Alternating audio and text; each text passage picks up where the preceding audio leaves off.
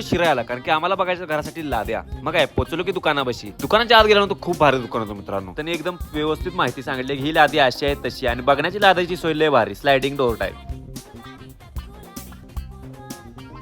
आता लाद्या पसंत केल्या ते, आता चाललंय लाद्यांचं लिहून घ्यायचं की ही लादी.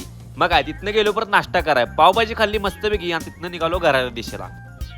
घरला आल्यानंतर गेलो क्रिकेट खेळायला. मग काय क्रिकेट लागलो खेळायला, पोरं लय भारी आज खेळत होती तिथं. तेवढंच लक्ष गेलं डोंगराकडे, तर बघतो तर काय आलं ते गौरेड आमच्या गावात. मग काय आम्ही पोरं सगळी सुटलो की त्यांच्या मागणं बघायला, त्यासनी जवळनं.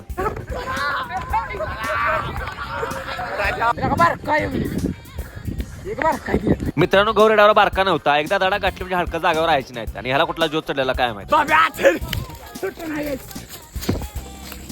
मित्रांनो टेन्शन एवढंच होतं की गौरेडा जर पिसायला तर गौरेडा आपल्याला सुट्टी देणार नाही, पण गौरेडा शांत होता आणि तो बेत होता, म्हणून ती लांब पळत होती. गौरेडा शिरला